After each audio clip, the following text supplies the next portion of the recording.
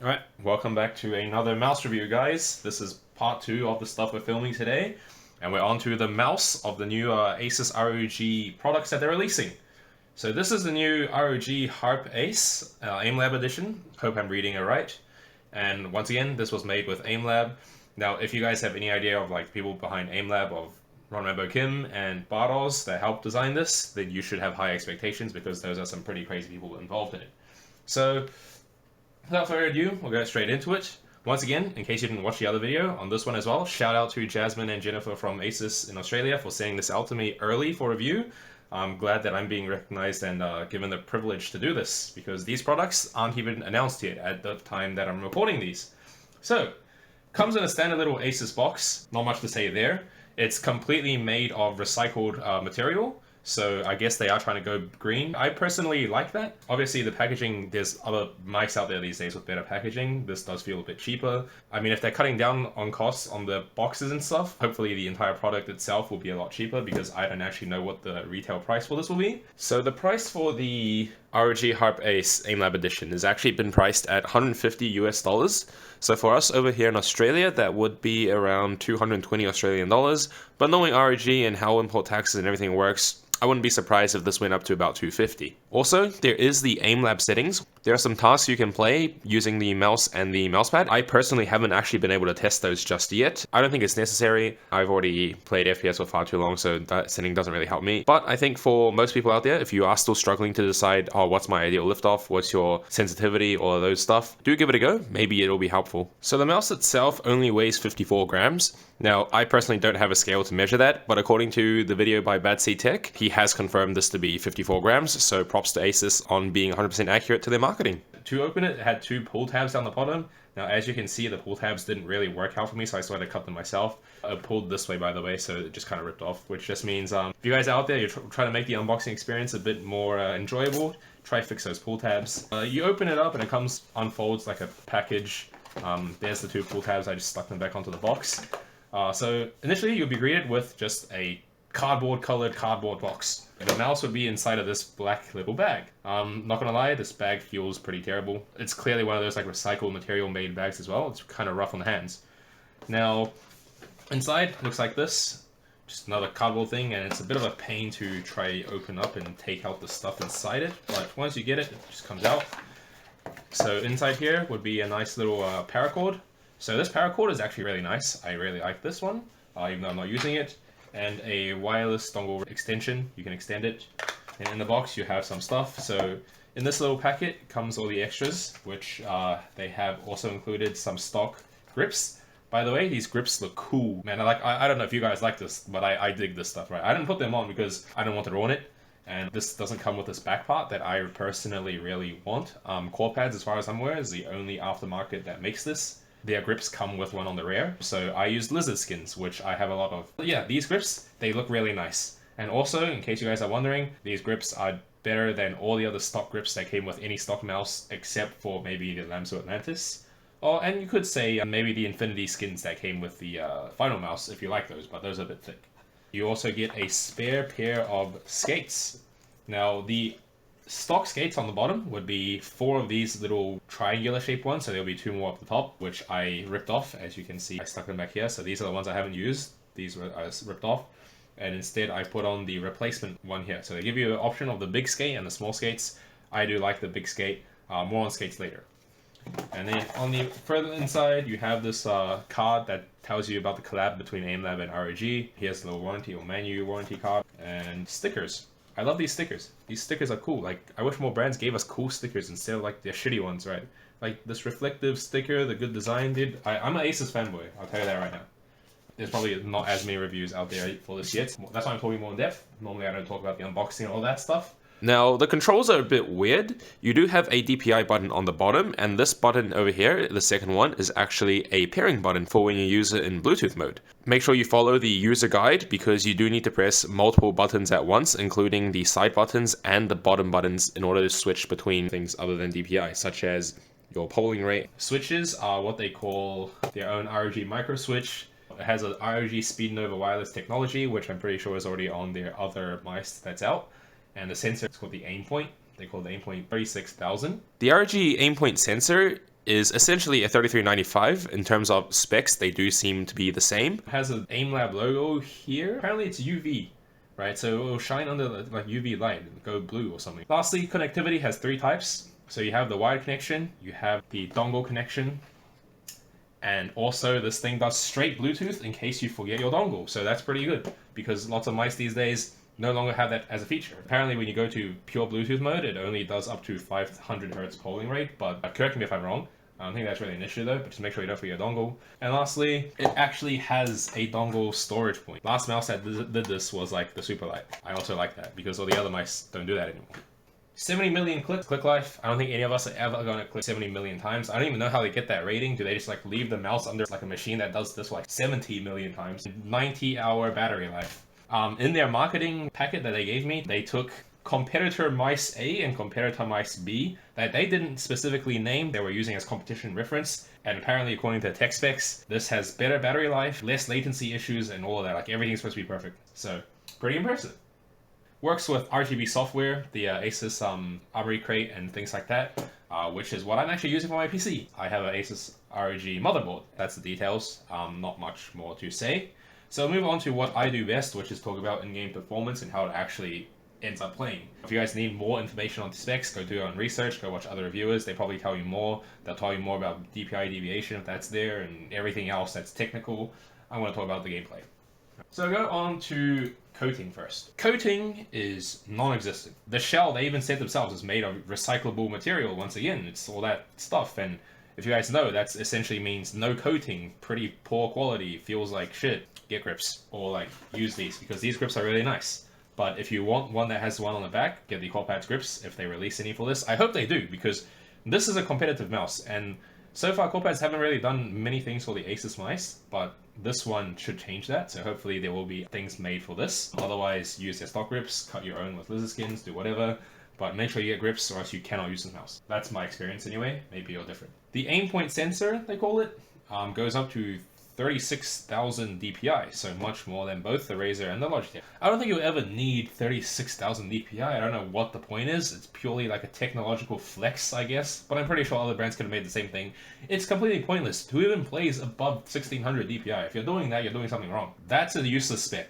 As for the sensor itself, works perfectly fine. I won't say if it's better than the Pixar 3395 that I've been using for the longest time or whatever, but it works. Gets the job done. It's perfect. It has no issues. Now, as for placement, it's excellent. It's so good that I can say potentially that this might even have a better sensor placement than the Pulsar X2, which I've also praised on the sensor placement. This was really good. Not much more to say. Works perfect, pixel perfect. When I swipe to the right, it moves horizontal to the right, not up down, no deviation. I personally find that to be super important. So sensor, great. So the clicks on the mouse are actually really nice. I personally really like them. They're nice and crispy. The only problem with them is that they're a little bit stiff. For example, if you bring out the Superlight over here, like the Superlight is a lot easier to click down on. I still prefer the Harpe Aces click. I do like this slight stiffness. It reminds me kind of the Lamzu Atlantis, which is also really nice and crispy, but lighter than this. So if you are a fingertip gripper and you like to press towards the back of the mouse, just be aware of that in case this does feel really, really hard for you to click down and you might not like that. So I think compared to a Starlight 12, this is still a little bit stiffer. Whatever the switch is, it's working. I forgot to mention side buttons on this are excellent as well, no problems in that. Scroll wheel is nice, scroll wheel clicks down easily. Not a super hard click, not a super easy click that you accidentally fat finger.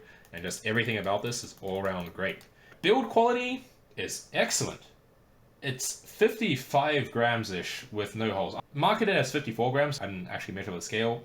Give or take another couple of grams if you put grips on and so on. But it feels light, because it is. Like, it's lighter than the Viper and the G Pro, which is their competition. And the build quality is excellent, right? It's lighter than those and it has no holes as well. So unlike the X2 and the Atlantis, which have like hollow parts on the bottom, this is fully covered and it's still lightweight. So that's a dub in my books. There is literally zero flex that I can feel of at all. This is super rock solid. This kind of mouse makes me rock solid. Weight distribution is perfect as well. I didn't even mention that because that's a given. If it wasn't good, I wouldn't even say good things about this mouse. Now we move on to skates, which is the biggest downfall of this mouse. It's my only complaint, and it is the only reason that I haven't mained this mouse just yet. Until I get to replace the skates, I can't really say if I will main this or not, but it has that potential is what I'm going to say. right? I'll leave a comment once aftermarket skates are available and I change them. But for now, just understand that these skates are terrible, right? These stock skates are absolutely terrible from my experience.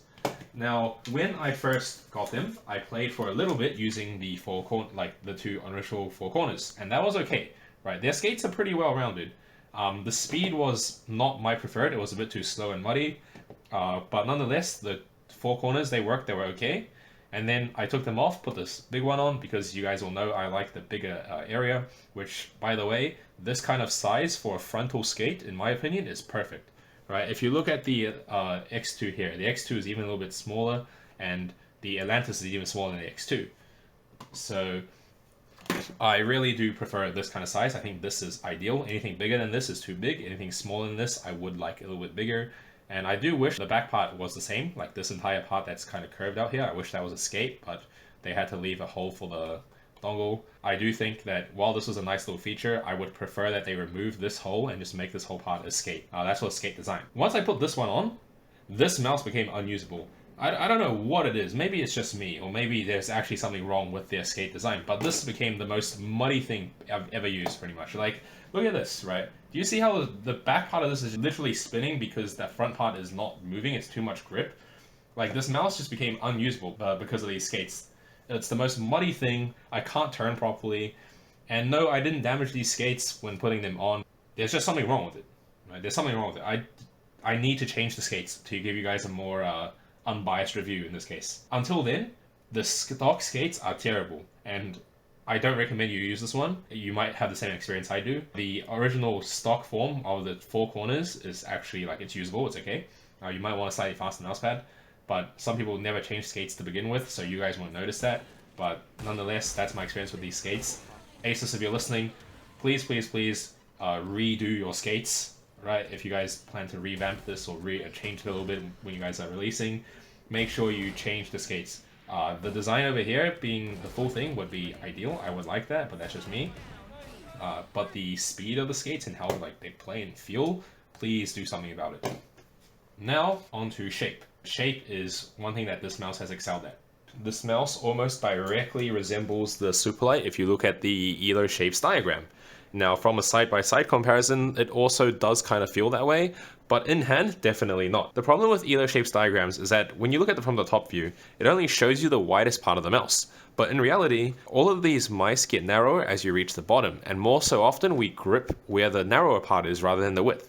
So the grip width of the Harpe Ace is a bit narrower than the Superlight. It reminds me a bit more of the Pulsar X2 front design, which actually allows for significantly better micro adjustments.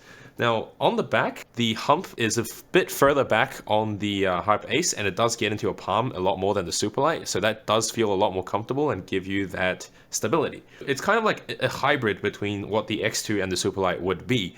More so like the Superlight than the X2. The X2 is narrower, shorter, and more aggressive on the hump, but I do like what they did with the Harpe Ace. I think the Harpe Ace is what the Superlight should have been. It's a perfected Superlight in the sense of the shape. I think this is a bit bigger than the X2, so anyone that's like, oh, I want a slightly bigger mouse, on that larger, medium-sized hand size, will find this ideal. If you're the person that's like, oh, I like the Logitech G Pro Superlight, but I had some issues with it, this is even better, right? I said the X2 was a Superlight killer, but this is the actual Superlight killer. That's my personal opinion, because now, if ever given the opportunity, I will take the Harpe Ace every time. I think the most important part is shape, and the shapes, while being very similar, the Harpe Ace, with their slight alterations, makes this mouse significantly better in practice and in use. Now, it's also slightly lighter, and to me, that is the most important parts about the mouse in competitive use. What the Superlight has as an advantage is that the coating is definitely much better. So if you don't use grips, you'll definitely prefer the Superlight. With that being said, I use grips on all my mice, so that doesn't really matter to me. The stock skates on the Superlight, I've never thought that I would ever say they're okay, but in this case, they're definitely better than the Harpe Ace. Obviously, with that being said, once aftermarket skates release, the Harpe Ace, therefore, it's all the same and it doesn't matter. In terms of skate design, I still prefer the Harpe Ace's skate design as well. So when aftermarket skates release, I do think the Harpe Ace becomes more competitive in that sense. The other advantage that the Superlight does have is that it's got much lighter clicks. So for some people, that's a big difference maker. For me, I actually like the stiffer clicks. Scroll wheel wise, they both feel good. They're both rubberized. And honestly, I just think the most important thing in this case is shape and weight, and the Harpe Ace wins that. In terms of skates, once they both have aftermarket skates, I still prefer the Harpe Ace. That's really the most important thing between mice to me, which is why I think the Harpe Ace is just a straight Superlight killer. Now with that being said, because the Harpe Ace is a newer mouse, and the Superlight has been out for 2 years, you'll probably find the Superlight for a lot cheaper than the Harpe Ace. So if price is of a concern to you, still can't go wrong with the Superlight, but I personally would just take the Harpe Ace pretty much every given time. It's kind of like the Xiaomi as well, in the sense that there is this gap in the front. I know one person, Zork, if you ever do watch this is for you. That guy specifically said he didn't like other mice that didn't have this front part that he can rest his finger on, and that was something that only Xiaomi did, so he actually posted a photo of him literally buying an X2 and using a craft knife and chopping this up, right? It was the most devious thing I've ever seen. That's like unholy, like, you know, bleach your eyes after that. Thankfully, in this case, they've done it for him, so he doesn't need to do that if he ever gets this mouse. I think he plays like a 1-3-1 grip or something, and he wants to rest his finger on the middle, not on the scroll wheel, but nonetheless, like, it has a gap there. The shape is great. It's designed for claw grip. It's got that hump. It's got enough of a hump on the back. It's got enough of a slope. The sides are not entirely flat, but flat enough. It's just an all-round great shape. I think the X2 perhaps allows for a bit more micro adjustments by being even more sloped and slightly shorter, so that you get more adjustment room with your fingers. But this still micros better than the Superlight and the Atlantis and whatever. So I think that's pretty much the end of the review, really.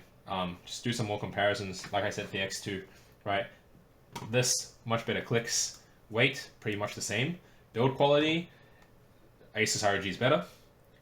And really, all it comes down to is a shape preference, and that purely depends on you. I can't say which one I actually like more. I have to play more with this to decide. In terms of comfort, honestly, I still feel like this is more comfortable because it can give me a bit more of a relaxed claw because it's bigger. My hands are a bit bigger. I did say the X2 is slightly too small for me. I do want it to be like very slightly bigger. This fit that criteria. But the skates ruined it, so until I get new skates, I can't really say I'll main this mouse. But once I get new skates, and when skates are available, I will definitely give this another run, and this could be the new main. I will update you guys. Compared to, say, the Atlantis, which is over here, here's a side-by-side. I don't know if you guys can see, it's kind of on an angle. Maybe that's the view you need. I like this better. Shape-wise, Atlantis is more filling the palm, but this still gives you better micro in the front. I don't know why the Atlantis' micros just feel so weird to me. It has something to do with the front of the mouse becoming wider when it went to the front. This mouse maintains sort of like a flatter side where your fingers rest. I want the Atlantis' hump to be slightly further back. It's still a bit far forward, and that you touch the back of the mouse more so than the hump part. This thing doesn't have that issue. The Atlantis, though, still has the better click, because it feels nice and crispy, but it's a bit lighter. This thing is a bit heavier version of that. Otherwise, everything is great. It's just a very solid mouse, right? Everything about this mouse is good. The shape will work for most of you people out there. It's lighter weight than the Superlight and the Razer, so that already gives it an advantage. The build quality, the shape, the sensor placement, the everything.